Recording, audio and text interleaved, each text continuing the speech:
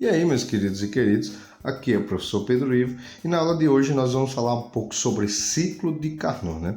Em uma aula passada e agora nossa última aula sobre termodinâmica, falamos sobre segunda lei da termodinâmica, né? Onde ele falava que uma energia ela não pode ser totalmente transformada em outra, uma parte dessa energia ela é sempre dissipada. Então isso significa que existe um rendimento no qual uma máquina térmica pode se transformar a energia recebida em trabalho, tá bom? Então, uma máquina térmica vai receber uma forma de energia, né? E essa forma de energia, uma parte dela se transformar em uma energia útil e outra parte ela é dissipada. Carnot, ele falou que, grande estudioso e físico da termodinâmica, falou que a transformação, a passagem de energia entre duas fontes T1, T2, uma fonte quente para uma fonte fria, seu rendimento máximo ele é determinado através desse ciclo de Carnot. E o que é que consiste o ciclo de Carnot? Ele diz que se existir uma transformação fechada ou cíclica que consiste de duas expansões, onde uma é isotérmica, outra adiabática, duas compressões, onde uma é isotérmica e outra adiabática, a gente vai ter o maior rendimento possível de uma máquina térmica. Lembrando que sempre uma porcentagem dessa energia vai ter que ser dissipada e jogada fora, mas a gente vai conseguir maior rendimento. Então, o que consiste o ciclo de Carnot? É uma transformação cíclica ou fechada. Vamos lembrar o que é transformação cíclica ou fechada? É aquela que começa em um ponto e termina nesse mesmo ponto, né? Então ela começa em A e termina em A, e ela consiste de duas transformações isotérmicas e duas transformações adiabáticas. Vamos desprezar esse is aqui, né? E duas transformações adiabáticas. Então vamos lá, vamos considerar que eu classifiquei aqui 4 transformações e classifiquei as transformações em 1, 2, 3 e 4. Né? Então aqui eu tenho uma transformação de A para B. E o que é essa transformação de A para B? A gente diz que essa transformação de A para B é uma transformação onde acontece uma expansão isotérmica, né? Porque a gente tem uma transformação uma expansão isotérmica. Expansão significa que a gente tem um aumento de volume, e transformação isotérmica é aquela transformação onde a temperatura não varia, né? Então a gente tem como se fosse uma curvinha, gente. Quando a gente tem essa curvinha aqui, isso aqui é a representação em um gráfico de pressão volume. A gente diz que essa transformação é uma transformação isotérmica, tá bom? Isotérmica, ou seja, significa que a gente tem uma variação de temperatura igual a zero, né? A gente não muda a temperatura no ponto A ela é igual à temperatura do ponto B, não existe mudança de temperatura. Se não existe mudança de temperatura, eu posso dizer que nesse momento a variação de energia interna aqui, ó, de A para B, ela também vai ser igual a zero, tá certo? Então, o que está acontecendo nesse caso? Vai acontecer um aumento de volume, vai acontecer um aumento de volume sem mudar a temperatura nesse processo, tá certo? Então você pode até dizer aqui, nesse caso de A para B, já que ΔU é igual a zero, eu posso determinar que a quantidade de calor que é doada a esse sistema, nesse momento, está se transformando em trabalho. Então toda a quantidade de calor que está sendo liberada aqui, ela está gerando ela está se transformando em trabalho. Esse trabalho está vindo em forma de quê? Está vindo em forma de um aumento do volume. Então ele recebe calor e esse calor se transforma em um trabalho, em um aumento do volume. Então é isso que está acontecendo aqui. Depois, a gente vai ter aqui, ó, de B para C, uma transformação adiabática. Como é que eu sei a diferença? As duas são meio curvinhas. Quando uma está mais voltada para a horizontal, a gente tem uma transformação que ela é isotérmica. Aqui eu também tenho uma curvinha, mas está vendo que ela está mais voltada para vertical do que para horizontal? Então a gente tem uma transformação aqui que a gente chama de adiabática, tá bom? Adiabática. Eita, errei aqui. Adiabática.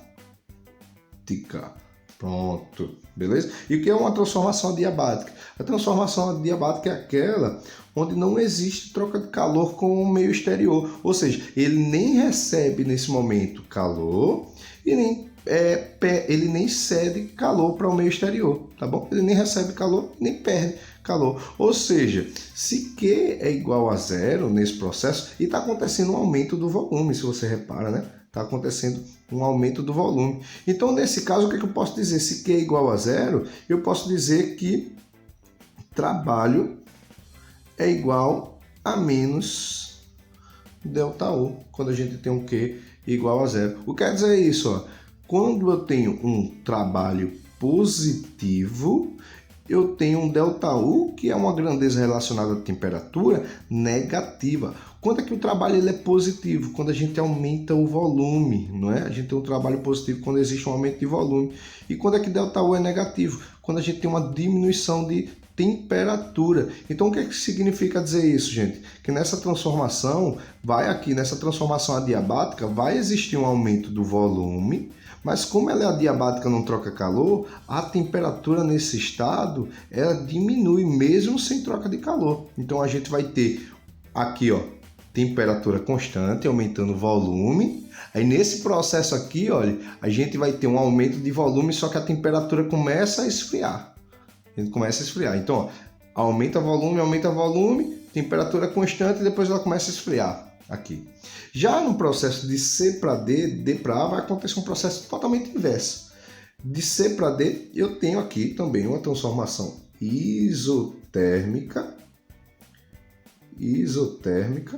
onde que eu sei que TC é igual a TD. E se TC é igual a TD, ΔU é igual a zero. Né? ΔU aqui não existe variação de energia interna.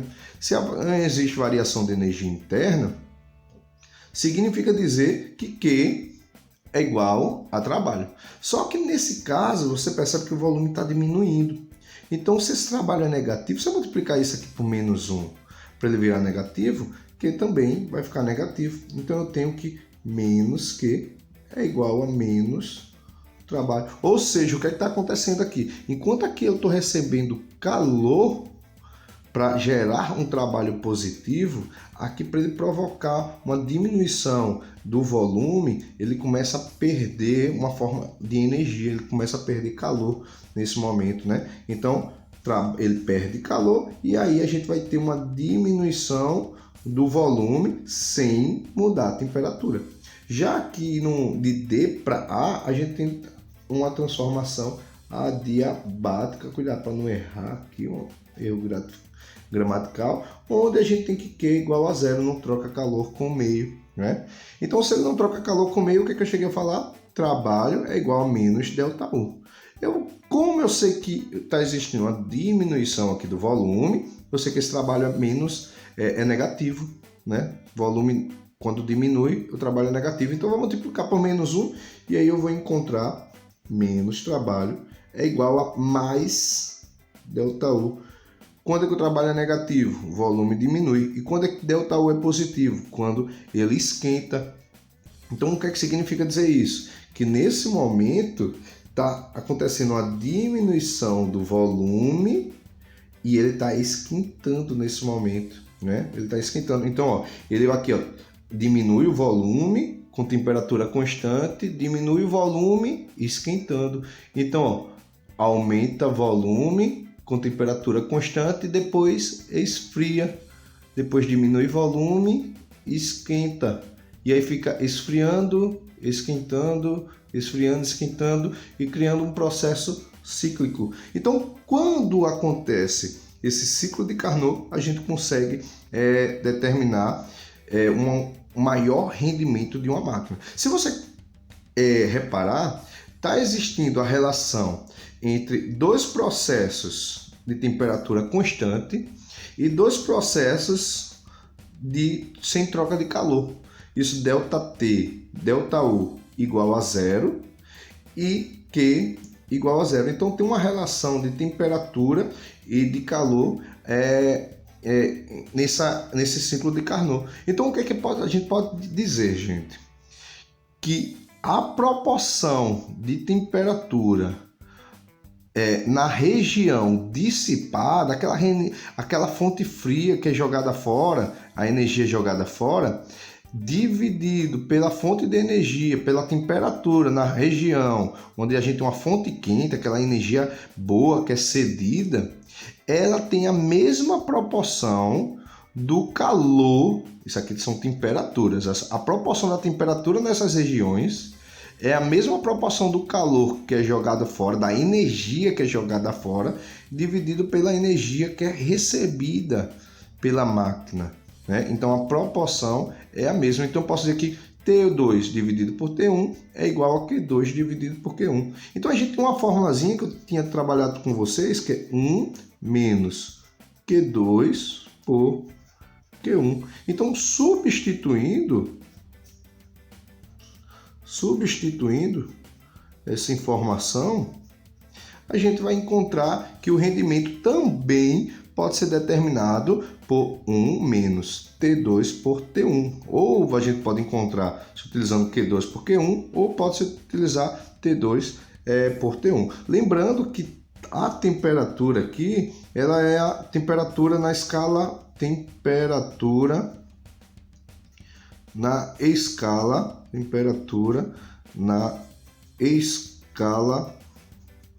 absoluta.